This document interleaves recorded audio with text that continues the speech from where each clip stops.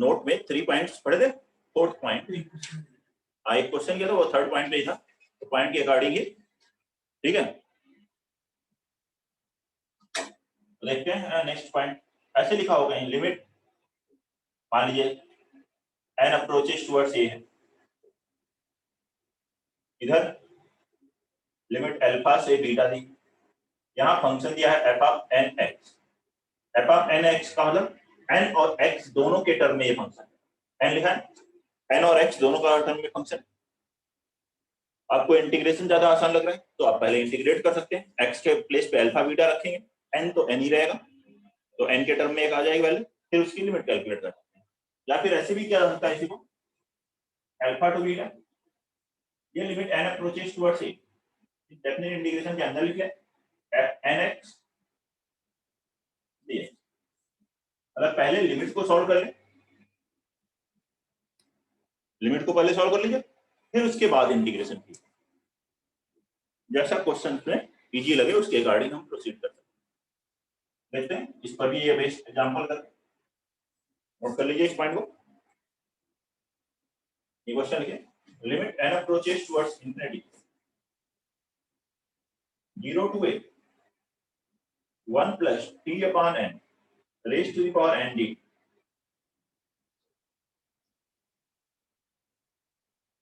limit n approaches towards infinity 0 to a 1 plus t upon n raised to the power n d,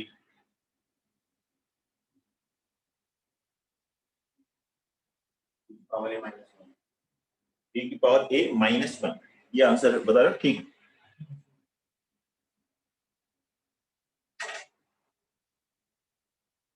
अब अगर हम इस limit को अंदर ले जाएं तो ज्यादा आसान होगा, क्यों, n इंफिनिटी रखोगे तो 0 1 power infinity 1 raise to the power infinity वाला इंडिटरमिनेट फॉर्म बनेगा। 0 to a, यहाँ क्या लिखोगे, limit n approaches towards infinity 1 plus t upon n raise to the power n d, ऐसे लिखें। 1 raise to the power infinity वाला format है, और 1 टू द पावर इंफिनिटी में क्या करते हैं हम लोग, e की पावर में जो एक्सपोनेंट है वो as it is n into fx, मतलब जो बेस है 1 plus t by n minus 1, ऐसे लिखो। ये n n कैंसिल, 1 1 कैंसिल होगा, ये n भी कैंसिल हो जाएगा, तो बचेगा क्या, e पावर t, और e पावर t का इंटीग्रेशन e पावर t होता है, लिमिट है 0 से क्या आ गया, e पावर a माइनस, ये आंसर है, लिख लीजिए।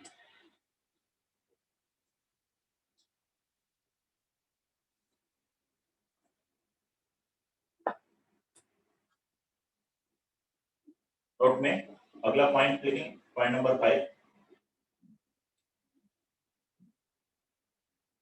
ऐसे लिखो, a to b dy dx of fx its integration, fx के डेरिवेटिव का इंटीग्रेशन कर रहे हैं, तो इंटीग्रेशन क्या है, fx से आ जाएगा, उसका इंटीग्रेशन हो गया fx, लिमिट रखेंगे a से b, that will be fb minus f, सही है ये आंसर, लेकिन provided fx is continuous in a to b, a से b में फंक्शन कॉन्टिन्यूअस,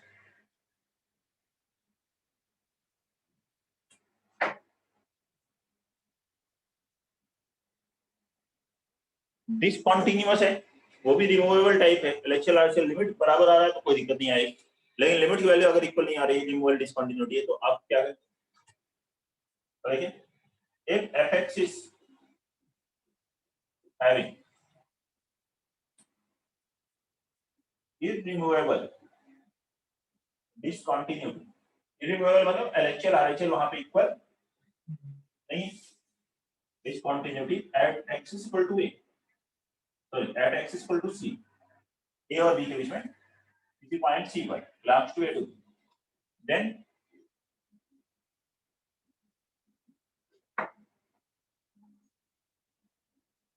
उस केस में क्या होगा, a to b derivative of fx dx, ये जब लिखा हुआ है तो आपने इंटीग्रेट तो किया fx, लेकिन इसे आप ब्रेक करेंगे ए से सी और फिर सी से बी, ए से सी और सी से बी। अगर आपने सिंपली ए से सी से बी लिखा तब तो कोई फर्क नहीं पड़ेगा, क्योंकि f c minus f a, f b minus f c, f c f c cancel हो जाएगा। लेकिन यहाँ ए से सी की तरफ जैसे जा रहे हैं, ये लंबा लाइन देखिए, ए से पहले आप सी की तरफ गए, फिर सी से बी की तरफ गए।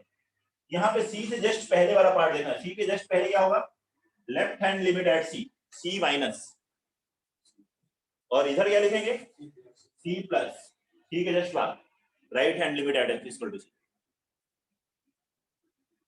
तो दोनों इस तरह से आपको लिखना है। जेई में नहीं आया है कोई, लेकिन अगर आया एडवांस लेवल पे तो आप बना सकते हैं। क्वेश्चन से दिखा देते हैं आपको इस पर।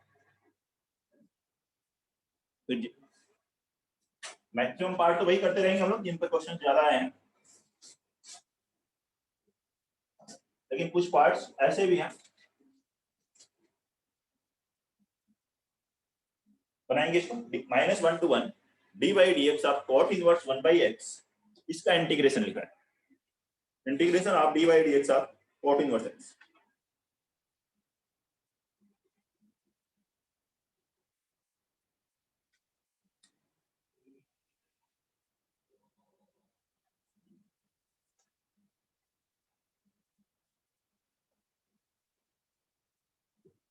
क्या होगा इसका इंटीग्रेशन, इसका इंटीग्रेशन तो हो गया cot इनवर्स 1 by x, लेकिन लिमिट अगर आप -1 से 1 रखोगे तो गलत आंसर आएगा। -1 से 1 रख दीजिए, बीच में क्या यहाँ पे डिसकंटिन्यूएशन, 1 by x कहाँ पे होगा, जीरो पे, तो इसे आपको -1 से 0 माइनस और 0 प्लस से 1 लिखना पड़ेगा। और अगर आप नहीं लिखा, दोनों में डिफरेंस भी अभी आपको दिखा देंगे क्या आता है।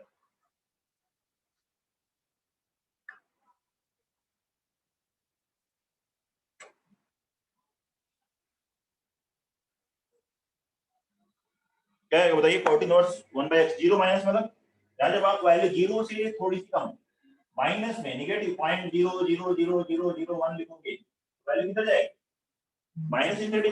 और cot इनवर्स माइनस इंफिनिटी की वैल्यू कितनी होती है, बोलो, cot इनवर्स माइनस इंफिनिटी,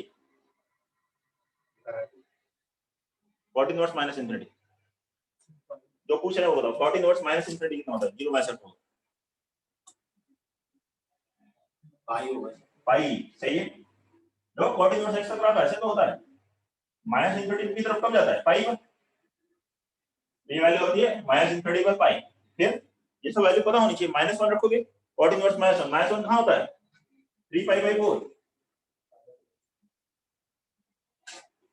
फिर 1 रखोगे, cot inverse 1 pi by 4, 0 plus रखोगे इंफिनिटी, cot इनवर्स इंफिनिटी कहाँ जाएगा, 0 पे। कितना आंसर आया, pi by 4 plus pi by 4, pi by 2। लेकिन अगर आप डायरेक्ट रख देते, मान लो 1 रखा और -1 रखा, ऐसे रखते cot इनवर्स 1 by x, -1 से 1 रखते कितना आएगा, cot इनवर्स 1 पाई बाई 4, -1 रखोगे 3 पाई बाई 4, कितना आंसर आया, -pi by 2। cot inverse 1, cot inverse हमेशा पॉजिटिव होता है, ग्राफ हमेशा एक्स एक्सिस के ऊपर होता है, तो डेफिनेट इंटीग्रेशन क्या आएगा, पॉजिटिव आएगा ना। ये गलत है, ये आंसर और ये सही है, समझ रहे हैं, नोट करेंगे। नेक्स्ट पॉइंट लिखेंगे, पॉइंट नंबर 6।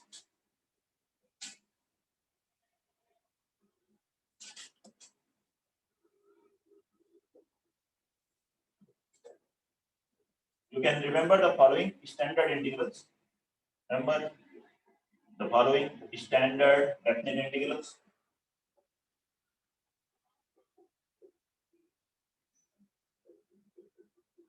इसमें फर्स्ट वन है 0 to pi by 2 sin x लिखा जाए, या 0 से पाई बाई 2 cos x लिखा जाए। इसकी वैल्यू कितनी होती है, 1। 0 से pi by 2 sin x dx और 0 से pi by 2 cos x dx is equal to 1। Second, integrate कर सकते हो, sin x का integration minus cos x limit तो उससे आ जाएगा। डायरेक्ट याद है तो यूज कर सकते हो, नहीं याद है तो भी आसानी से बन जाएगा। अब 0 से pi by two sin square x बताओ क्या होता है इसका वैल्यू, नहीं याद है तो आप कैलकुलेट कर सकते हो। sin स्क्वायर x को क्या लिखोगे 1 minus cos 2x by 2, integrate कर लोगे। वैसे डायरेक्ट याद है तो बताओ पाई बाई 4 आती है। थर्ड 0 से pi by 2 sin cube x dx और 0 से pi by 2 cos cube x dx, ये दोनों बराबर होते हैं। आगे प्रॉपर्टी पढ़ेंगे उससे भी आ जाएगा 0 to a f(x) dx बराबर 0 to a f of a minus x dx। दोनों को वैल्यू, इन दोनों की वैल्यू स्टैंडर्ड वैल्यू क्या होती है 2/3।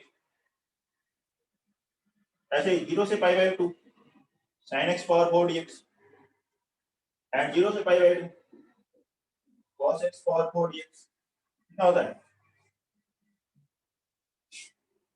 बोलो इसके 3 पाई बाई 16।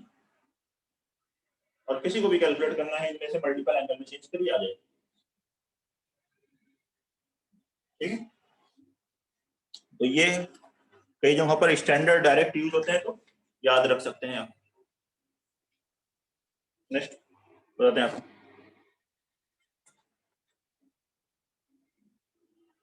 पॉइंट नंबर 7, एक इंपॉर्टेंट पॉइंट है।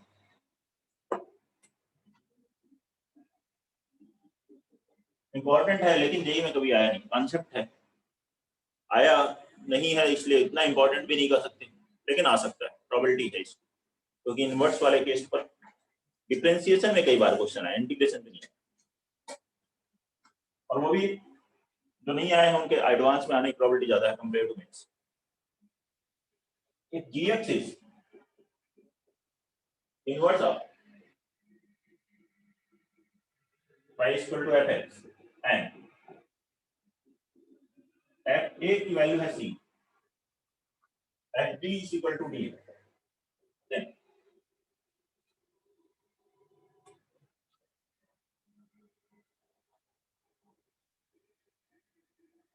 a to b fx dx plus c to d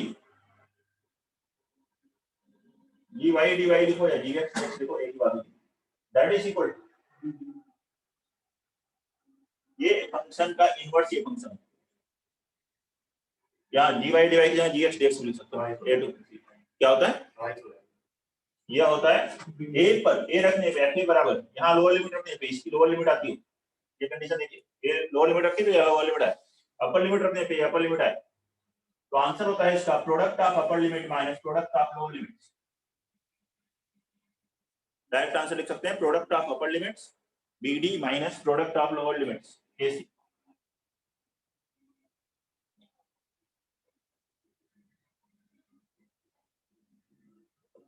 D से सी होगा तो प्लस आ d से मतलब जैसे इसमें सेकंड वाले लिमिट सी से डी है, हां डी से सी होता है, d से c होता है, तब नहीं लगाते फॉर्मूला, लगता ही नहीं, ऐसे है तभी लगाना है, ऐसे है तभी लगाना है फॉर्मूला, जैसे ठीक है उसमें कुछ चेंज करके अपने से नहीं लगा देना फॉर्मूला।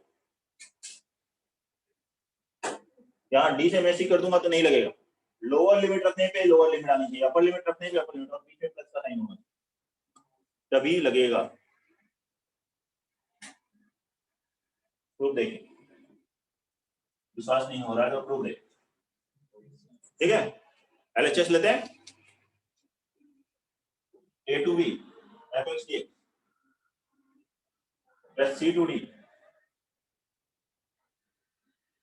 dy dy, ये जो लिमिट होती है यहाँ पे जिसके रिस्पेक्ट में इंटीग्रेट कर रहे हैं उसके लिए होती है, ठीक है।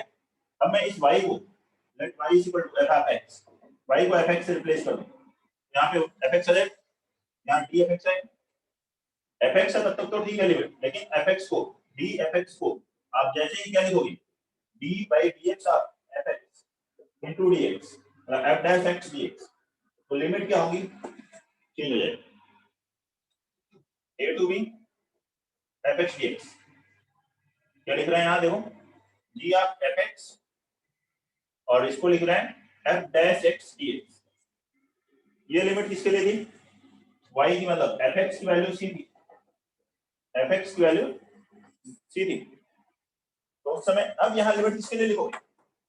x के लिए। fx c कब है? जब x क्या है?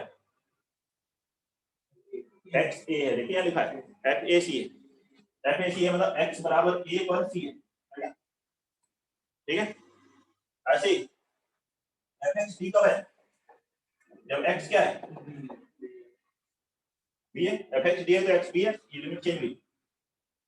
अब दोनों लिमिट सेम है, ऐड कर सकते हो, ऐसे लिख सकते हो a to b fx plus g fx क्या होता है? x होता है क्योंकि g और f एक दूसरे के इनवर्स है, तो g ऑफ fx x हुआ, f डैश x dx। अब ये इंडेफिनिट इंटीग्रेशन फॉर्मूला पढ़ा था, yes fx plus x f dash x कितना होता है? x fx होता है। Yes sir.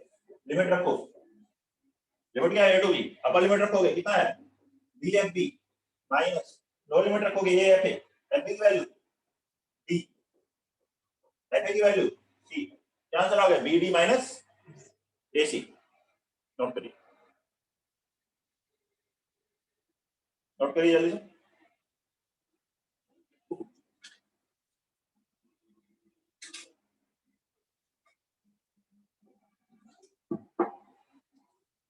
नोट करिए, क्वेश्चन इस पे लिखते हैं।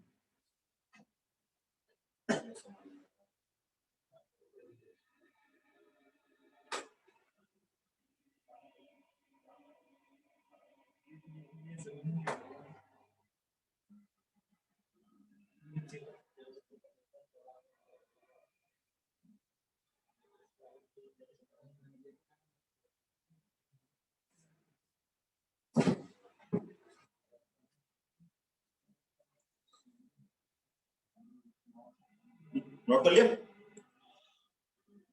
फिर आगे बात सर।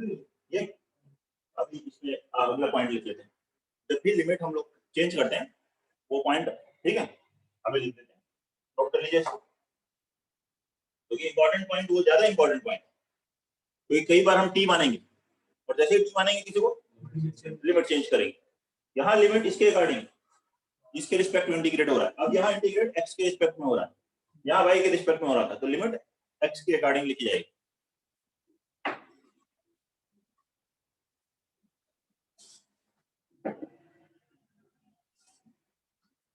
पॉइंट नंबर 8, जैसे ऐसे लिखो a to b fx dx,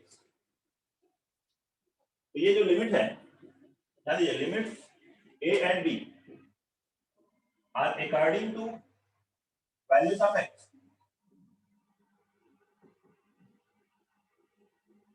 जिसके भी रिस्पेक्ट में इंटीग्रेट हो रहा है, जो भी यहाँ पे लिखा है d के बाद उसके अकॉर्डिंग लिमिट। अगर कहीं ऐसे लिखा है a to b f of x b gx, तो ये a से b लिमिट किसके लिए है? gx के रिस्पेक्ट में इंटीग्रेट हो रहा है, limit a and b are according to values of g of x। जैसा भी क्वेश्चन में लिखा हुआ, मान लीजिए अगर ये लिखा है तो gx के अकॉर्डिंग लिमिट। अब अगर आप इसको चेंज करते हो, ऐसे लिख देते हो a to b fx g dash x dx, d dx को dx से मल्टीप्लाई डिवाइड किया, d by dx, gx को g dash x आपने लिख दिया, तो आप लिमिट नहीं लिख सकते ऐसे भी। अगर आप इसको कन्वर्ट कर रहे हो लिमिट चेंज हो जाएगी, क्योंकि ये जो लिमिट थी वो gx की वैल्यू ये थी। अब हमें लिमिट किसके लिए लिखनी है? x के लिए, तो x क्या होगा यहाँ से? g इनवर्स ये, वहां इनवर्स नहीं आया क्योंकि हमें पता था f की वैल्यू थी, यहाँ जाएगा g इनवर्स ए। ऐसे ही gx जब b है तो x क्या होगा? x होगा g इनवर्स b, यहाँ लिखेंगे g इनवर्स b, और जो इंटीग्रेशन का मेथड है उससे इंटीग्रेट करके लिमिट अब ये चेंज होगा। वेरिएबल जैसे ही चेंज करेंगे लिमिट चेंज करेंगे।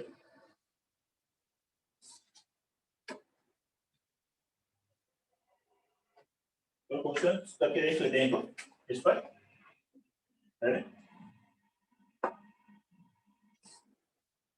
ऐसे भी कर लेते हैं, रेट वाले में पहले -1 to 1 x square d ln x, -1 to 1 x square d ln x।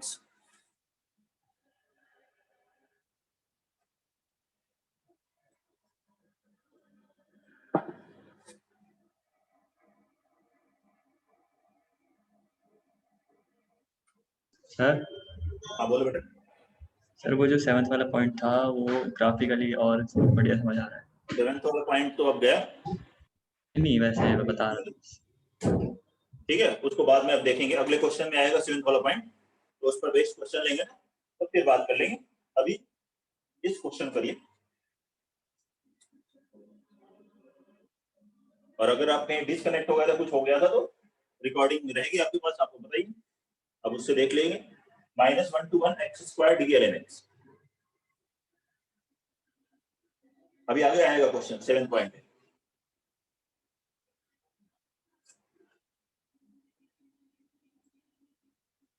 पहले इसको बताऊं, हो गया, इजी है।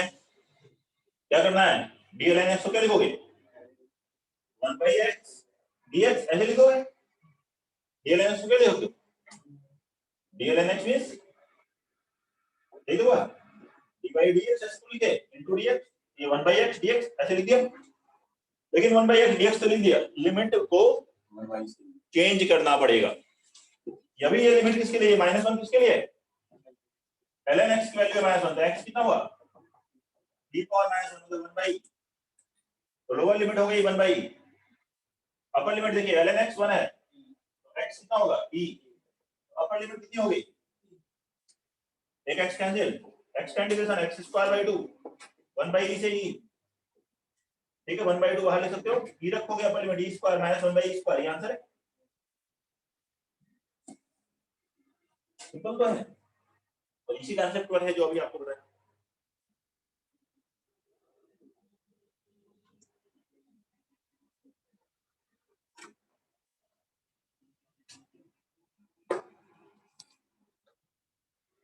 डेफिनेट ज्यादा इंपॉर्टेंट है इंडेफिनेट से कंपैरेटिवली, लेकिन इंडेफिनेट का यूज आता रहता है क्वेश्चंस में, इसलिए वो भी हाँ इंपॉर्टेंट हो जाता है। लेकिन आप देखें जेईई मेंस के क्वेश्चंस को देख लें, तो जेईई एडवांस के क्वेश्चंस को देख लें, मैक्सिमम टाइम्स डेफिनेट से क्वेश्चंस आते हैं, 80-90% क्वेश्चन डेफिनेट के आते हैं। Question 0 to 1 e raised to the power e power x dx plus e2 e raised to the power e ln of ln x dx। बनाएंगे इसको, 0 to 1 e raised to the power e power x plus e2 e raised to the power e ln of ln x dx। जब ऐसा question लिखा हुआ होगा तो लगेगा कि बहुत टफ है, लेकिन है क्वेश्चन बहुत ही आसान, e की पावर x, ये है क्वेश्चन पहले वाला, और दूसरा है ln x, लिमिट ये दी है, लेकिन e की पावर e आंसर है इसका, ठीक है, सही है। ये इसका इनवर्स है, ये फंक्शन, ये आपको देखना पड़ेगा, ये इसका इनवर्स है। कैसे, मान लीजिए y ले लिया, y बराबर e पावर x, इसका इनवर्स कैसे निकालते हो, x को y के टर्म में बनाते, किसी फंक्शन का इनवर्स लिखना हो तो y बराबर लिया, उसको x की वैल्यू y के टर्म में, यहां से देखो दोनों तरफ लॉग लोगे तो ln y कितना हो गया, e पावर x, फिर लॉग लोगे तो ln ऑफ ln y कितना हो गया, x मतलब x बराबर ln ऑफ ln y, मतलब f इनवर्स y कितना हुआ, ln ऑफ ln y, ठीक है, इस f inverse x ln of ln x, तो ये fx है, तो ये फंक्शन क्या है, f इनवर्स x है। लेकिन इसके साथ साथ ये भी ध्यान दें, जो और क्या कंडीशन होती है, यहाँ लोअर लिमिट रखने पे यहाँ लोअर लिमिट आनी चाहिए, यहाँ लोअर लिमिट 0 कितना आया, e power 0 1 e power 1 e आया, 1 यहाँ रखिए, e power e upper limit आई, कंडीशन सेटिस्फाइड है। अब आप फार्मूला लगा सकते हो, क्या है formula, product of upper limits 1 into e power e minus product of lower limit 0 into e power e, यही था point number 7, bd minus ac, product of upper limits minus product of lower limits।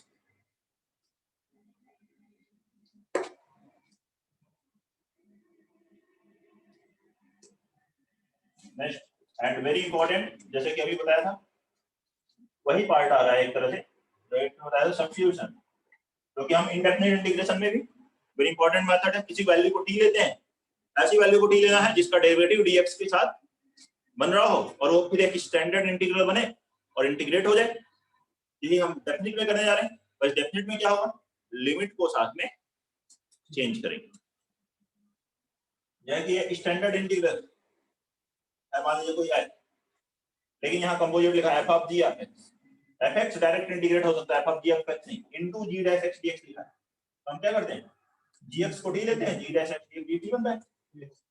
लेकिन यहाँ definite integration, indefinite में भी यही करते हैं, definite हो इसे करना है इंटीग्रेट, तो हम लिखेंगे लेट जी एक्स बराबर डी, तो जी डैश एक्स डीएक्स बराबर क्या होगा, डी, जिसके प्लेस पे लिखेंगे डी डी, ये इंटीग्रेशन हो जाएगा F of T D D. ठीक है, ये एक स्टैंडर्ड फंक्शन था, उसको इंटीग्रेट कर लेंगे, लेकिन लिमिट भी साथ में चेंज होगी। अगर आप लिमिट ठीक है चेंज करते जाइए, वो ज्यादा आसान तरीका है। अदरवाइज आप लिमिट हटा करके इंटीग्रेट करके टी की जगह एक्स लिख करके वापस सेम लिमिट रख के क्वेश्चन सॉल्व कर सकते हो, लेकिन ज्यादा बेटर क्या है, लिमिट को साथ में चेंज करते जाए। तो कोई एक स्टेप तो होता नहीं, कई बार क्वेश्चंस में कई स्टेप्स होते हैं, तो लिमिट साथ में चेंज करते हैं। यहाँ पे अभी लिमिट किसके लिए, एक्स के लिए, किसके रिस्पेक्ट में इंटीग्रेट हो रहा है, एक्स के रिस्पेक्ट में। अब लिमिट किसके रिस्पेक्ट में लिखी जाएगी, टी के रिस्पेक्ट। तो when x approaches towards a, then t will be x is equal to a, then t is equal to g of a. ये लोअर लिमिट हो गई g of a। when x is equal to b, तो t क्या होगा, t है g of x, x ना b रखोगे तो t है g of b, तो अपर लिमिट क्या होगी, g of b। और इसे इंटीग्रेट करेंगे और ये लिमिट रखेंगे, आंसर आ जाए विदाउट। ठीक है, ये सब्स्टिट्यूशन हम इंडेफिनिट में तो कैसे भी करते थे, डेफिनिट में एक कंडीशन भी वैसे ज्यादातर यूज नहीं पड़ती है, लेकिन एक है कंडीशन, जो ये सब्स्टिट्यूशन रख रहे हैं gx बराबर t, ये इस इंटरवल a से b में मोनोटोनिक होना चाहिए। मोनोटोनिक होना चाहिए, या तो केवल इंक्रीजिंग होना चाहिए, केवल डिक्रीजिंग होना चाहिए।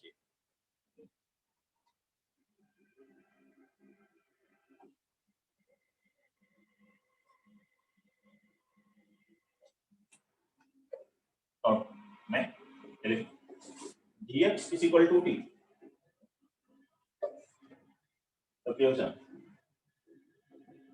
is valid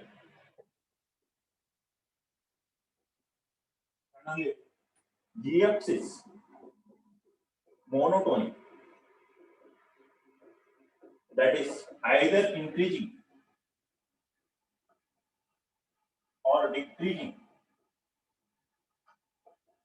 in interval a to b। जिस इंटरवल में यहां बात की जाए, कहां प्रॉब्लम आती है पहले उसकी बात कर लेते हैं। इस क्वेश्चन में प्रॉब्लम आएगी, बाकी इन जनरल प्रॉब्लम्स नहीं आती, लेकिन देख लें कहां प्रॉब्लम आ रही। 0 से 2 पाई 1/5 minus 2 cos x dx।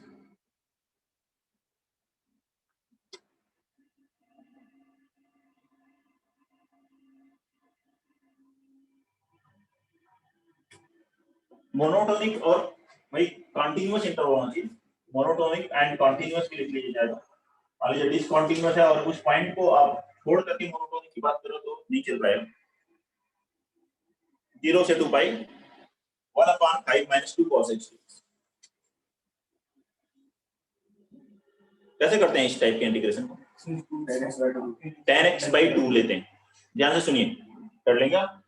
cos x का क्या फॉर्मूला लगाते हैं, 1 minus tan x square x by 2 upon 1 plus tan x square x by 2। उसके बाद एज्यूम किया जाता है tan x by 2 is equal to t, ऐसे करते हैं tan square x by 2 dx बनेगा 2dt। यहाँ पर लिमिट क्या होगी, यदि मैं tan x by 2 को t रखूंगा तब लोअर लिमिट रखोगे क्या आएगा, अपर लिमिट 2 पाई रखोगे, 2 पाई by 2 tan पाई वैल्यू 0। ठीक है ना, इसके अंदर कुछ भी है, 0 से 0 आया है तो वैल्यू क्या आएगी 0। लेकिन क्या ये वैल्यू 0 आ सकती है, ये देखिए 5 minus 2 cos x हमेशा पॉजिटिव है, ग्राफ हमेशा x एक्सिस के ऊपर बनेगा, तो क्या ये इंटीग्रेशन का एरिया 0 हो सकता है, ये वैल्यू तो हमेशा पॉजिटिव है, तो आंसर पॉजिटिव ही आ सकता है। तो यहाँ गड़बड़ हो गया, मतलब कुछ गड़बड़ी है। tan x by 2 pi by 2 पर डिसकंटिन्यूअस हो जाएगा।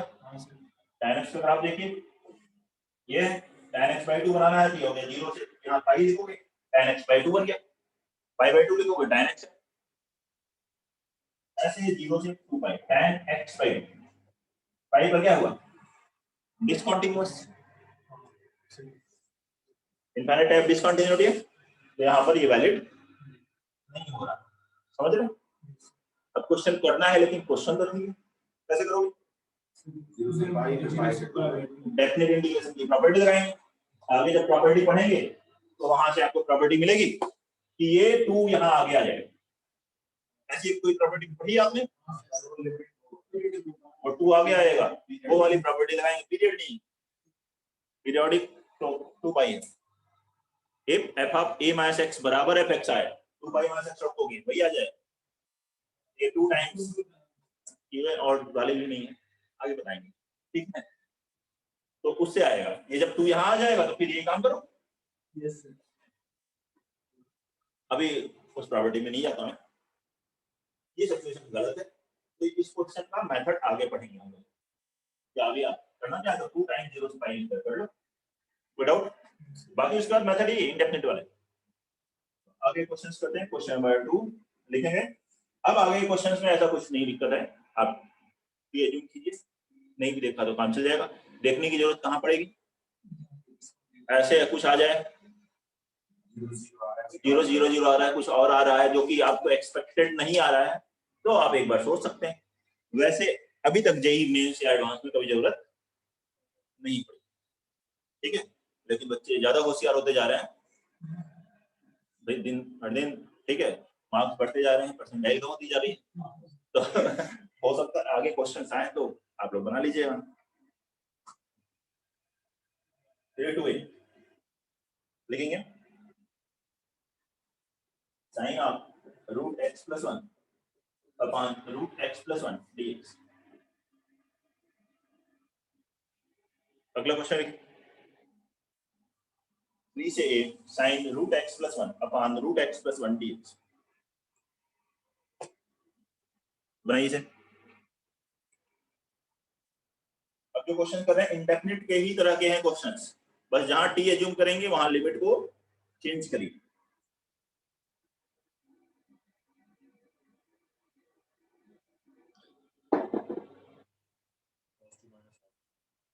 cos 2 minus cos 3 into 2 times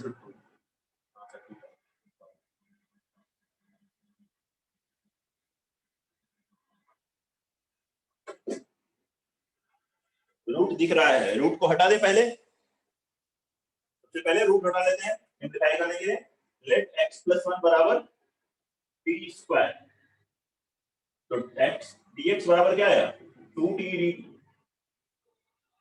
ये इंटीग्रल क्या बन गया sin t, t लिखें और t लिखें, और t लिखना पड़े सकता है, देखिए आगे बात करेंगे। dx की क्या लिखोगे 2t dt, limit x plus 1 कितना हुआ, अब लोग लिमिट में चेंज करोगे, x जब 3 है तो t स्क्वायर यहां से कितना आया 4, तो t क्या लिखोगे +2 या -2, +2, अगर -2 लिखा लिख सकते हो, -2 से -3 लिखोगे तो फिर यहां मॉड लगाओ, कंटिन्यू आ जाएगा आंसर।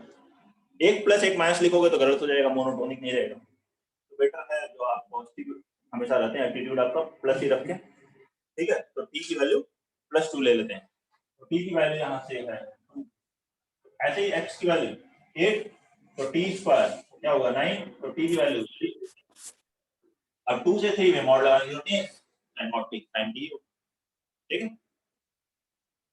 एक t कैंसिल, 2 बाहर, sin t का integration minus cos t, minus बाहर मैंने यहां लिख दिया, लिमिट है 2 से 3, फिर रखोगे cos 3, 2 रखोगे cos 2, ये आंसर नोट करिए। कोई तकलीफ है किसी को इसमें, क्वेश्चन के सॉल्यूशन में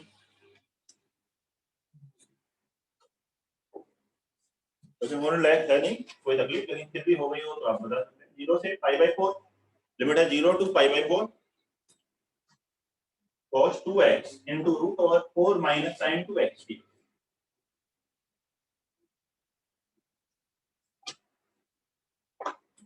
0 से pi by 4 cos 2x into root over 4 minus sin 2x dx.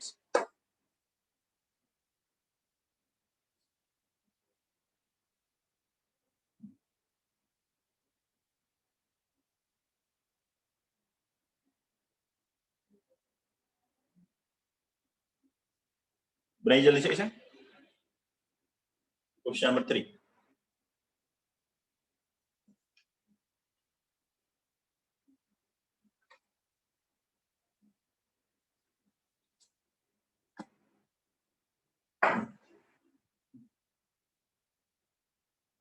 क्या करेंगे इसके लिए? cos sin 2x का derivative cos 2x, 4 minus sin 2x को t ले लो या t स्क्वायर ले लो। t ले लोगे तब भी काम मिल जाएगा, सारा हट जाएगा, या t स्क्वायर ले लो तो भी हो जाएगा। ठीक है, क्या आ गया इसका डेरिवेटिव 4 minus sin 2x का cos 2x, 2x का 2 dx बराबर dt। इसके प्लेस पर क्या लिख दोगे? -1/2 dt। ये हो गया √3, रूट हटाना होता तो t स्क्वायर ले लेंगे। लिमिट कितनी है? 0 रखोगे कितना है? 4 5/4 रखोगे 3 आ गया, -1/2। इसका indication t power 3/2 upon 3/2। Limit है 4 से 3, ये 2 कैंसिल हो जाएगा, 1/3 भी बाहर लिख लो। इसमें 3 रखोगे तो 3√3 -4 रखोगे 4 का पावर 3/2 8। ये आंसर आ गया। इसमें तो लिमिट रखना है बस, फर्क वहां दम है इस क्वेश्चन में। इनडेफिनिट होता तो भी क्या कर देता, भी यही करते, वही डेफिनेट में कर रहे हैं, साथ में लिमिट चेंज कर रहे हैं।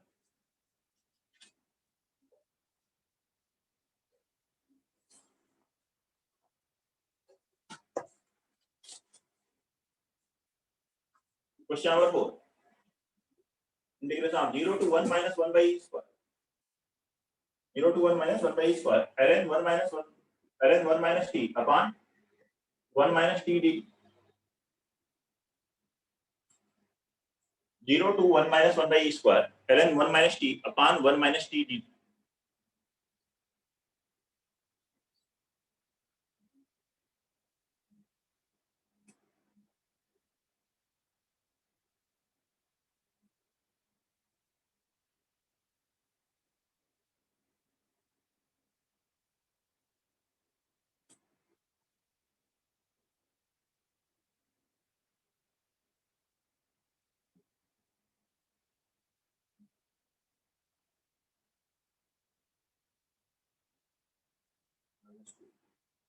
-2, ठीक है, -2 कुल कितना सही बता रहा हूं।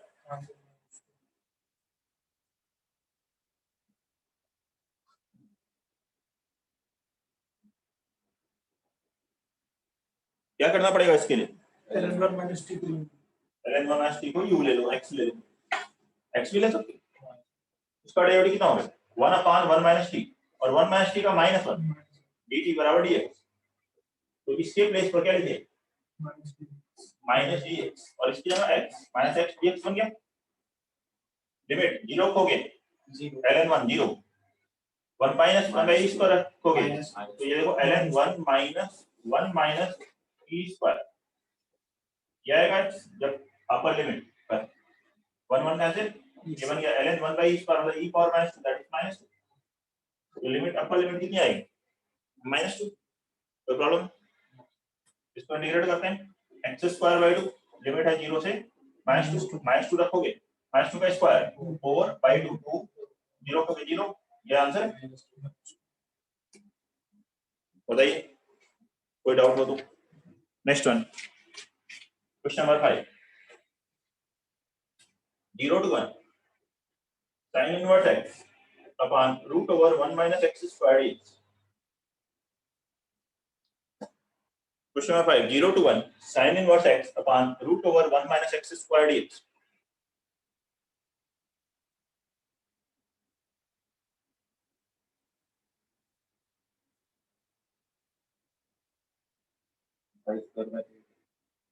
पाई स्क्वायर अपॉन 8, सही है।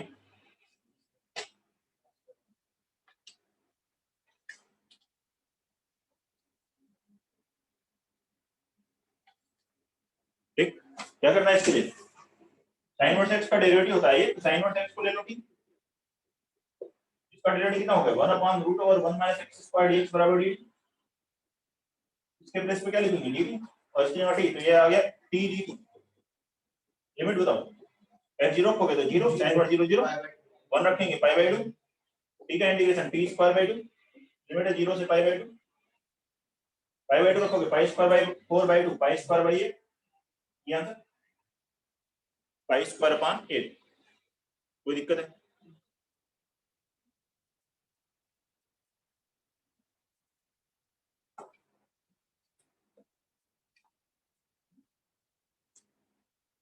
Question number 6, 0 to 1 by 2, 1 upon 1 minus 2x square into root over 1 minus x square dx।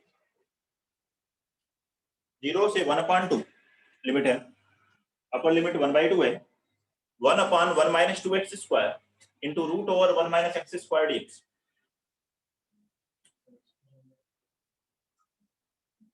वो ज्यादा टफ हो जाएगा, बेटर क्या है root a square minus x square हो तो x को a sin थीटा या a cos थीटा, तो x को sin थीटा रखिए, ज्यादा इजी है।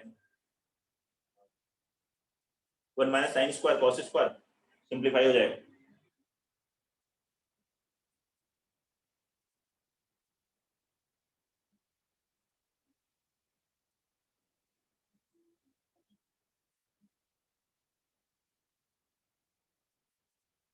क्वेश्चन नंबर 6,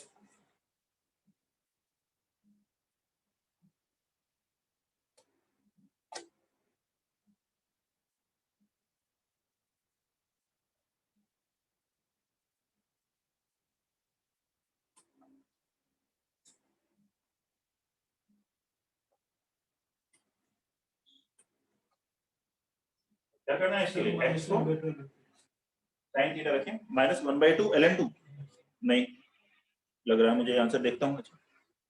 ln2 तो नहीं, छोड़ दिया होगा। x को sin थीटा रखेंगे तो dx क्या होगा cos थीटा डी थीटा, रखो इसकी वैल्यू, dx की जगह क्या लिखोगे cos थीटा डी थीटा। यहाँ में कितना आया 1 minus 2 sin स्क्वायर थीटा, और रूट के अंदर यहाँ है 1 minus sin square cos square का रूट आएगा cos थीटा। लिमिट बताइए, x0 को sin थीटा 0, थीटा 0 हुआ, 1 by 2 रखोगे sin थीटा 1 by 2 कहाँ पे आएगा 5/6। 1 minus 2 sin square theta formula होता है, किसका फार्मूला है cos 2 थीटा का, 1 upon cos 2 थीटा क्या फार्मूला हुआ sec 2 थीटा, sec का integration ln sec theta plus tan theta means ln sec 2 theta plus tan 2 theta, और थीटा को ऑप्शन 2 से डिवाइड करोगे। लिमिट कितनी है 0 से π/6, ln of 2 plus root 3 by 2। π/6 रख लो, ln sec π/3 2 tan π/3 √3, upper limit रख रहे हैं 0 रखोगे sec 0 1 tan 0 0 ln 1 0, ये आंसर आ गया 1/2 ln 2 plus √3, ये आना चाहिए।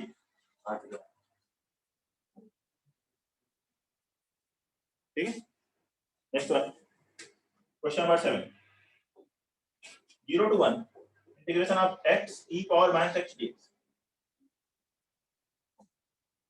0 to 1 x into e raised to the power minus x dx।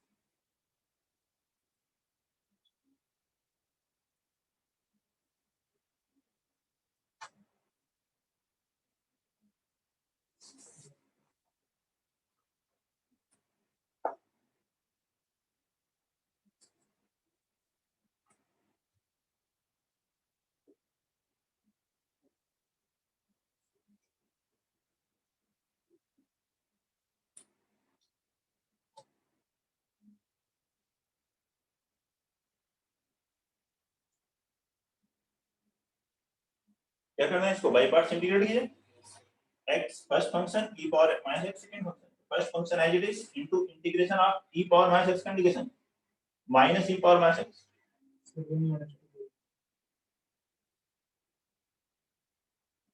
Minus derivative of first का डेरिवेटिव 1 इनटू इसका integration e power minus x का e power minus x minus n plus ऐसा बनेगा, ध्यान दीजिए जैसा मैं किया।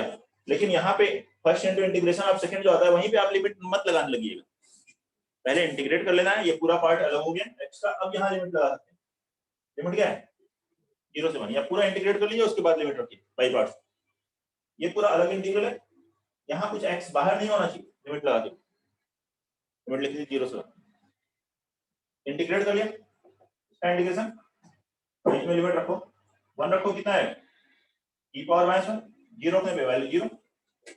दूसरे वाला e पावर माइनस x का integration, e power minus x, limit 0 से 1, ये हो गया 1 बाई, इसमें रखोगे 1 तो 1 बाई, 0 को e power 0 1 minus minus plus 1 minus 1 by minus 1 by minus 2 by, ये आंसर आएगा 1 minus 2 upon e,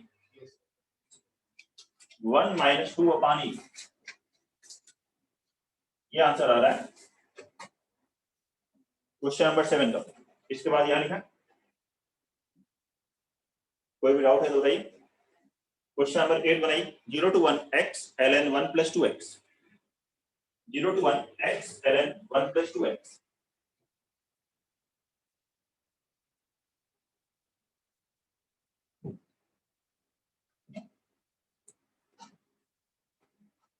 question number 8 again by parts का क्वेश्चन है।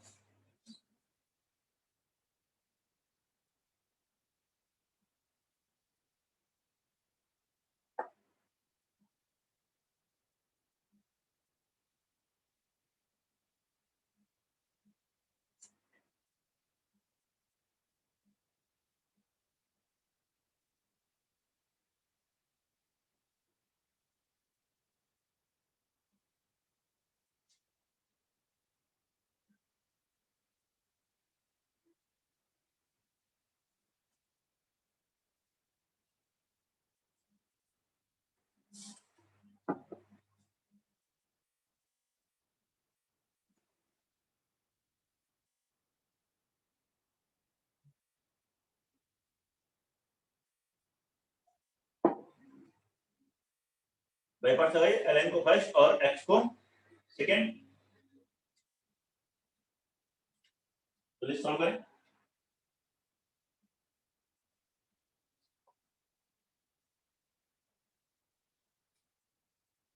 First function as it is into integration of second x का integration x square by 2 minus derivative इसका 1 upon 1 plus 2x, 1 plus 2x का derivative 2 का integration x square by 2 dx, तो cancel. अब यहाँ limit रख दीजिए 0 से 1, 0 से 1, ये आ रहा है first into integration of second minus derivative of first into integration of second, 1 रखेंगे कितना आएगा 1 अपॉन 2 ln 3, 0 रखेंगे ln 1 0, ठीक है। इसको कैसे इंटीग्रेट करोगे, 2x प्लस 1 है, यहाँ x स्क्वायर,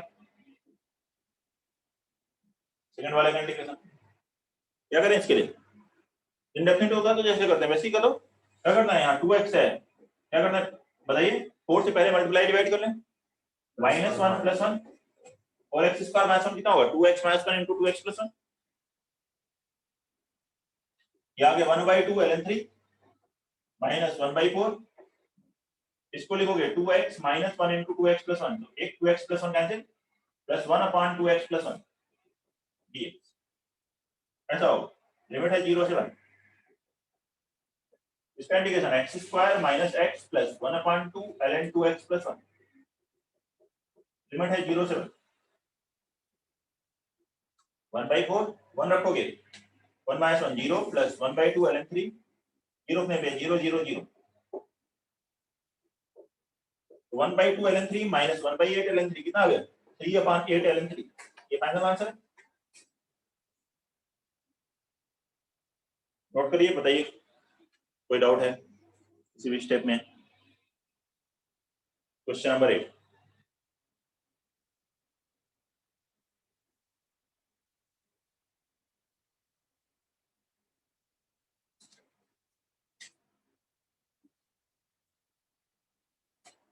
9 लिखिए, फिर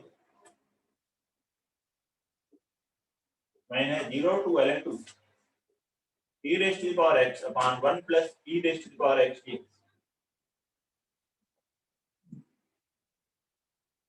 नोट करके क्वेश्चन नंबर 9 लिखें।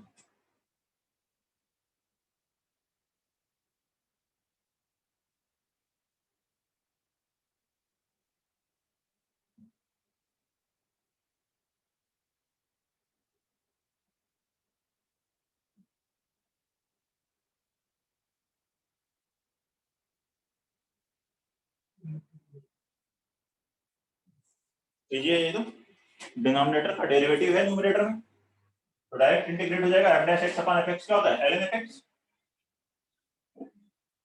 1 प्लस e पावर x का डिफरेंस है 1 का 0, e पावर x का e पावर x, तो इसका इंटीग्रेशन हो गया ln 1 plus e raise to the power x। बस लिमिट रखनी है अब आंसर जय यहाँ पे लिमिट रखोगे अगर ln 2 तो आ जाएगा 1 plus e power ln 2 upper limit में, लोअर लिमिट में ln 1 प्लस e पावर 0, ये होगा ना। e पावर ln 2 कितना होता है 2, 1 प्लस 2 हो गया 3, e पावर 0 1, तो 1 प्लस 1 हो गया 2, ln 3 minus ln 2 that is ln 3/2। क्या आंसर?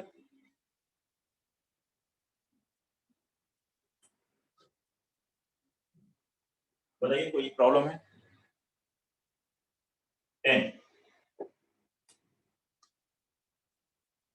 0 से π/2 1 upon 4 plus 5 sin x dx 0 to π/2 1 upon 4 plus 5 sin x dx।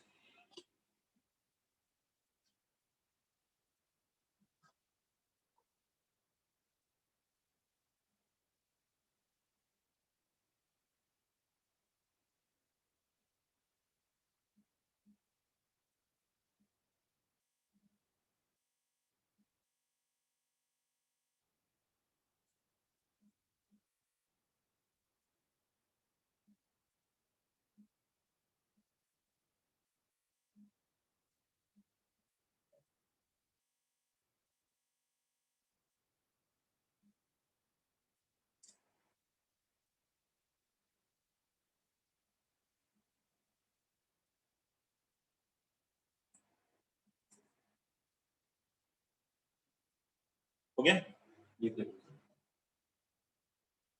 Standard format है tan x/2 को t लेना है, sin x को लिखे 2 tan x/2 upon 1 plus tan square x/2।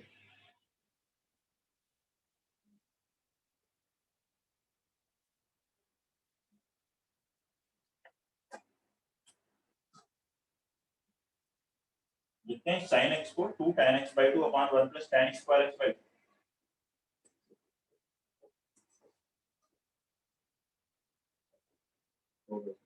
ये करते हैं हम लोग इंडक्शन में, वही प्रोसीजर है यहाँ पर। ये इंटीग्रेशन क्या आएगा 0 से π/2 1 plus tan square x/2 LCM लोगे तो न्यूमरेटर में जाएगा sec स्क्वायर x/2, डिनोमिनेटर में क्या हो गया 4 into 1 plus tan square x/2 plus 10 tan x/2, ये होगा √2।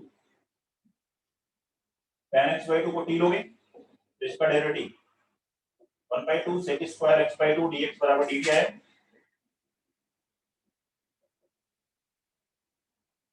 ln √2 मतलब 1/2 ln 2 ना, 1/2 ln 2 तो नहीं दिया बेटा आंसर, 1/3 ln 2 1/3 ln 2। इसको sec स्क्वायर x की यहाँ क्या लिखोगे 2 dt, तो इसकी यहाँ लिख दिया 2 dt, यहाँ टर्म में 4t square plus 10t plus 4। Limit कितनी हुई x 0 खोगे 0, π/2 tan π/4 1। ठीक है, अब क्या करना है इसे परफेक्ट स्क्वायर बनाना है, पहले 4 कॉमन ले लो, 2/4 कितना आ जाएगा 1/2, 0 से 1 dt अपॉन यहाँ में जाएगा t square plus 5/2t plus 1, उसे लिखोगे t प्लस 5/4 का whole square plus 1 minus 25/16 minus 9/16 that is 3/4 का होल स्क्वायर, ये बनेगा perfect square 1/x square minus a square 1/x square minus a square 1/2a, तो 2a ये क्या है 3/4 ln x minus a t plus 5/4 minus 3/4 upon x plus a t plus 5/4 plus 3/4 mod लगा सकते हैं। Limit कितनी है 0 से 1। देखिए यहाँ वैल्यू ये 4 इससे कैंसिल 1/3 1 रखेंगे कितना आएगा 1/2 ऊपर आएगा 3/2 नीचे आएगा 3 3/2/3 1/2 0 1/2 upon 2 1/4 कैलकुलेशन करनी पड़ेगी। रखिए वैल्यू देखिए log m minus log m by n 1/2 by 1/4 2 ये आ गया 1/3 ln2 क्या आंसर देख लीजिए सॉल्यूशन। कोई डाउट है तो बताइए। अगला क्वेश्चन देखेंगे question number 11।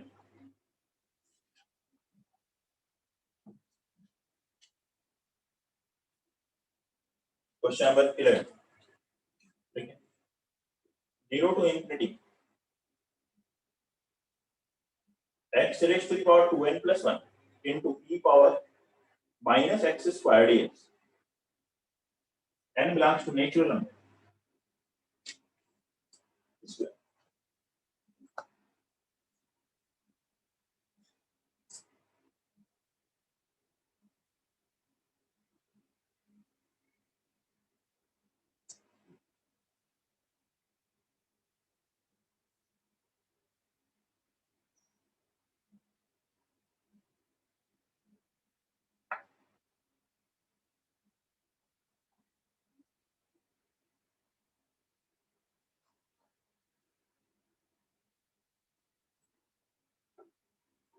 0 to infinity x raised to the power 2n plus 1 into e power minus x squared dx integrate करें क्वेश्चन नंबर 11।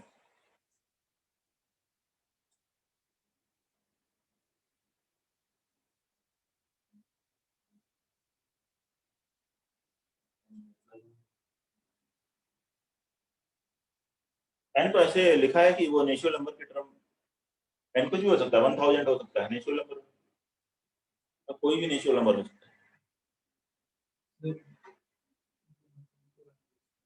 1/4n नहीं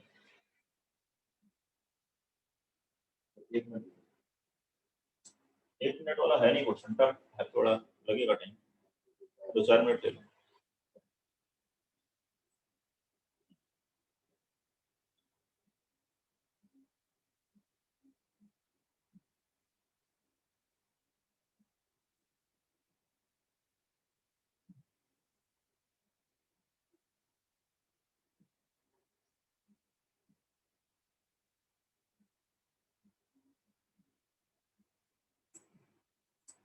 यहाँ n के टर्म में लिखा है ना तो एक पैटर्न बनेगा। केवल x होता इंडिकेट हो जाता है x क्यूब होता तो कर लेते आप 2-3 बार बाई पार्ट करके लेकिन n है तो एक पैटर्न बनेगा जिससे कि आप आगे के टर्म लिख पाओ। देखिए इसमें कब तक आप बाई पार्ट लगाते रहो पहले देख लेते हैं क्यों पैटर्न बन रहा है।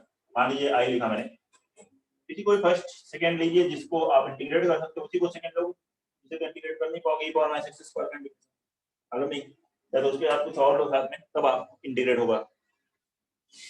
तो आप फर्स्ट ले लेता हूं सेकंड ले लो इंटीग्रेट कीजिए first function as it is into integration of second x power 2n + 2 upon 2n + 2 होगा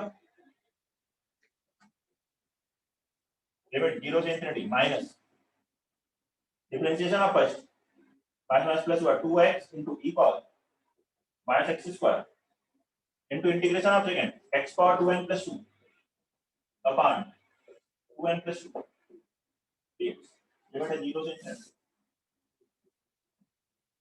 ये इसमें 0 रखोगे तो 0 दिख रहा है इंफिनिटी रखेंगे तो भी 0 आएगा दिख रहा है क्या इंफिनिटी रखेंगे 0 दिख रहा है तो अच्छी बात है। यहाँ देखिए 2 कॉमन लेंगे 2 कैंसिल होगा 1/n + 1 बाहर आ गया ये कितना बना 0 to infinity x raised to the power 2n + 3 into e raised to the power minus x squared dx यहाँ 2n + 1 था n को अगर इसमें n + 1 से रिप्लेस कर दें मान लीजिए 2 n की जगह लिख दिया n + 1 कितना बनेगा 2n + 3 बनेगा। मतलब अगर ये इंटीग्रल को मैं लिखता हूं एक सिंबल i n से तो ये इंटीग्रल क्या है i n + 1 तो एक सिमेट्री हमें देखनी पड़ेगी नहीं तो हम कब तक इसको फिर बार-बार इंटीग्रेट करते रहेंगे कुछ आएगा नहीं। या रिड्यूस भी कर लिया मान लीजिए तो आपको बार बार इंटीग्रेट कर देना पड़ेगा, तो इसलिए एक सिमेट्री देखेंगे। आई एन बराबर आ जाएगा 1/n+1 इंटू IN+1, ये बन जाएगा। इसके आगे बाद में करते हैं अभी सॉल्व। पहले ये बताइए ये इंफिनिटी पर जीरो कैसे दिखाई दिया?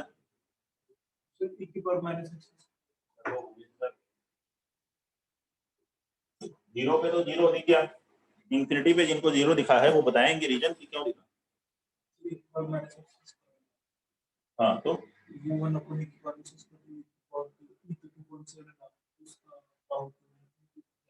ये भी तो इंफिनिटी बाय इंफिनिटी का इंडिटरमिनेंट फॉर्म बनेगा।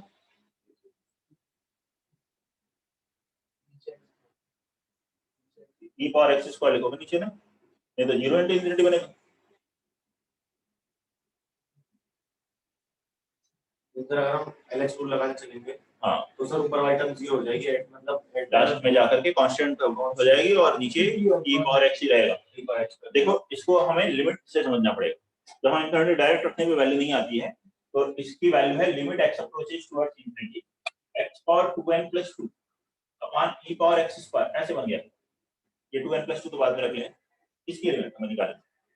या आप इसको x स्क्वायर और t ले लो, ये एक तरह से क्या है p power n+1 upon e power t। अगर x इंफिनिटी है तो t भी इंफिनिटी, इंफिनिटी बाय इंफिनिटी है, लेकिन लॉपिटल रूल लगाओ तो यहाँ क्या है n+1 t पावर n, यहाँ में क्या आएगा e पावर t, फिर इंफिनिटी बाय इंफिनिटी, फिर डिफरेंशिएट करोगे फिर ये बन जाएगा n+1 into n into t power n-1।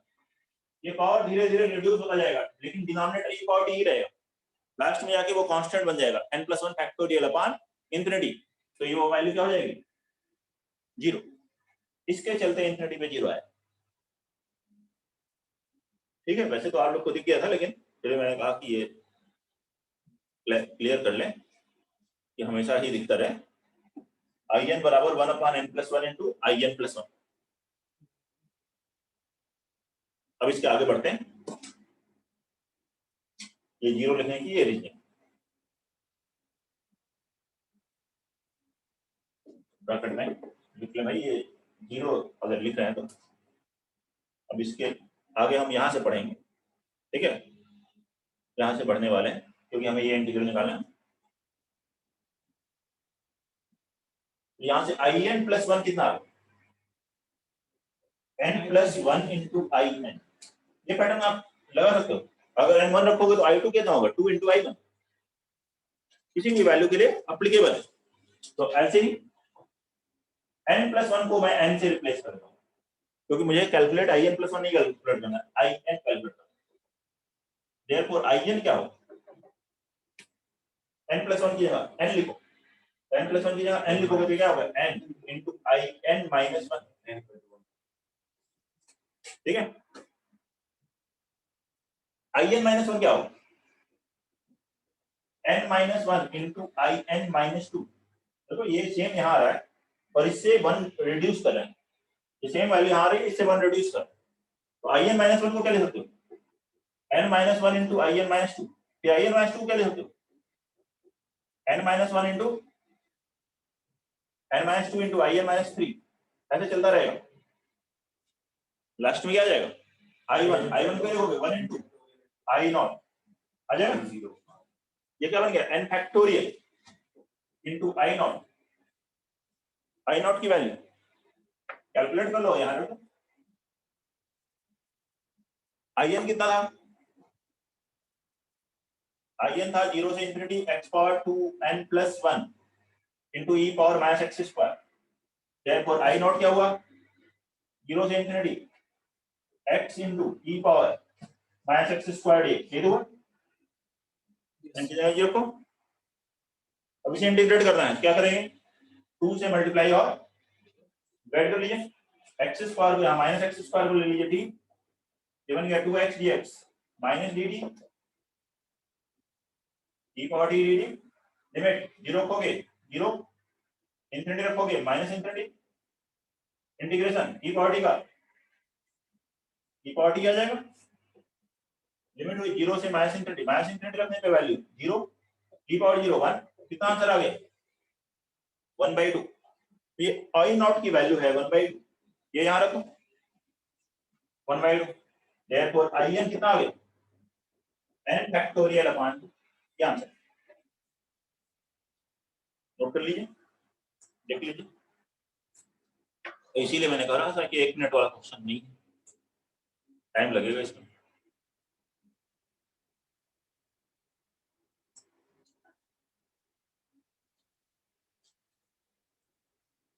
Note करेंगे। फिर अगला क्वेश्चन लिखते हैं, क्वेश्चन नंबर 12।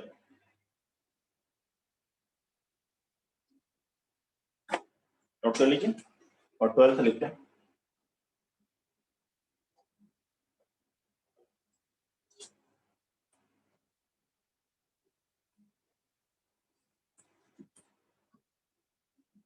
F1 है 3, F-1 है 2, 0 से 1, fx dx है 5। फाइन। if F1 3 है, F-1 2 है, 0 से 1 fx dx 5 है, then find value of 0 to 1 x square f double dash x। कीजिए काफी, उससे आसान है क्वेश्चन, बन जाएगा चाहिए मैक्सिमम लोगों से। नोट कर लीजिए लास्ट वन और इसको बनाइए।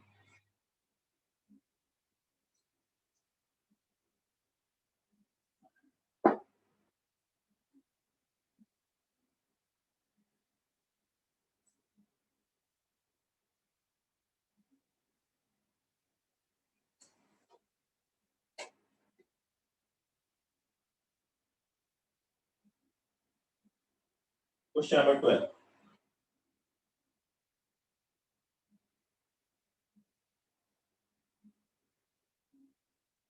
बाई पार्ट्स आ चलिए। आप बस बाई पार्ट्स लगाइए, आ जाएगा। एक्स स्क्वायर को first, f double dash x को सेकंड। बाई पार्ट्स लगाइए, आसानी से बन जाएगा।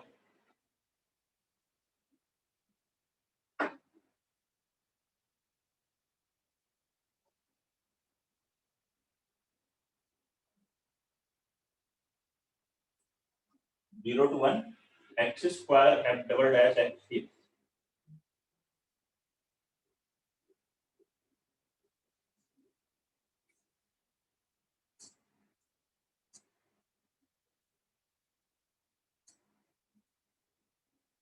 एक्स स्क्वायर को फर्स्ट ले लीजिए, एफ डबल डैश एक्स को सेकंड ले लीजिए।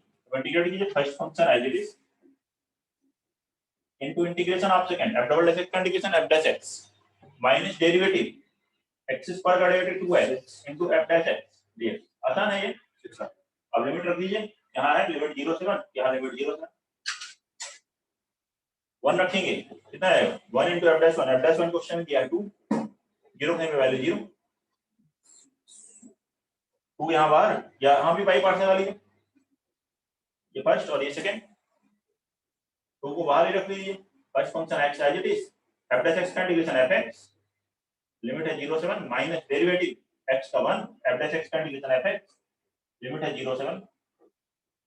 अब इन सब की वैल्यू दी है, वैल्यू रखिए, आंसर आ गया। ये हो गया 2 माइनस 2 टाइम्स 1 रखेंगे, 1 इनटू f1, f1 कितना दिया हुआ 3, ये हो गया 3 माइनस 0 माइनस 0 से 1 fx dx कितना दिया 5। तो 3 माइनस 5 माइनस 2 माइनस अब माइनस 2 इनटू माइनस 2 प्लस 4, ये आ गया 2 प्लस 4 दैट इज 6। देखिए क्वेश्चंस मैक्सिमम इजी है, कहीं कहीं थोड़ी इससे कैलकुलेशन होगी तो वो भी देखेंगे हम लोग उसके रिगार्डिंग। कोई भी प्रॉब्लम है इसमें तो बताइए। क्वेश्चन नंबर 12 बस रिजल्ट हो गया।